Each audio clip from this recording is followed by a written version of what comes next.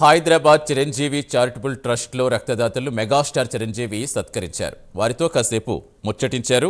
Charitable trust విశిష్టత, రక్తదాతల గొప్పదనం వివరించారు. తన మిత్రులు, అభిమానుల సంకల్పంతోటే ఈ రక్తదాన కార్యక్రమం నిరంతరంగా సాగుతోందని చిరంజీవి అన్నారు.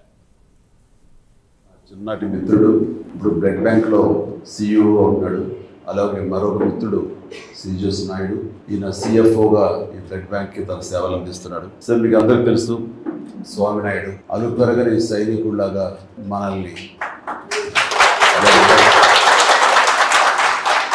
తన జీవితాన్ని అంకితం చేసి ఇట్లా కొనసాగిస్తాడు. అది నాకు ఎనలేని స్ట్రెంగ్త్.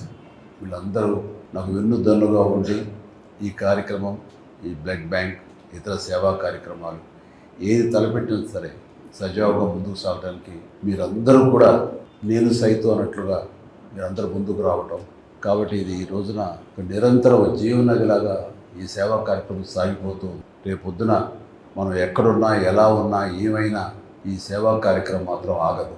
ఇది నిరంతరం ముందుకు సాగిపోతుంది. దాని ప్రకారం ప్రారంభం నా రక్తం పంచిన, రక్తం ఇచ్చిన నా తమ్ముళ్ళు, నా సోదరిమణులు, వీళ్ళందరి యొక్క సహకారంతో ఇది కొనసాగుతుంటుంది.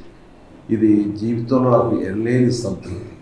దానికి కానీ ప్రతి ఒక్కరికి నా హృదయపూర్వక ధన్యవాదాలు ఎప్పుడూ తెలియజేసుకుంటూనే ఉంటాను. ధన్యుడి నా చిన్న